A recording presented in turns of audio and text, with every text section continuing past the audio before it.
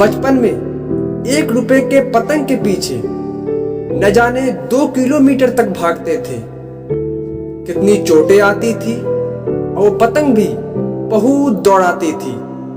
लेकिन आज पता चलता है वो पतंग दरअसल पतंग नहीं थी, बल्कि वो तो एक चैलेंज था।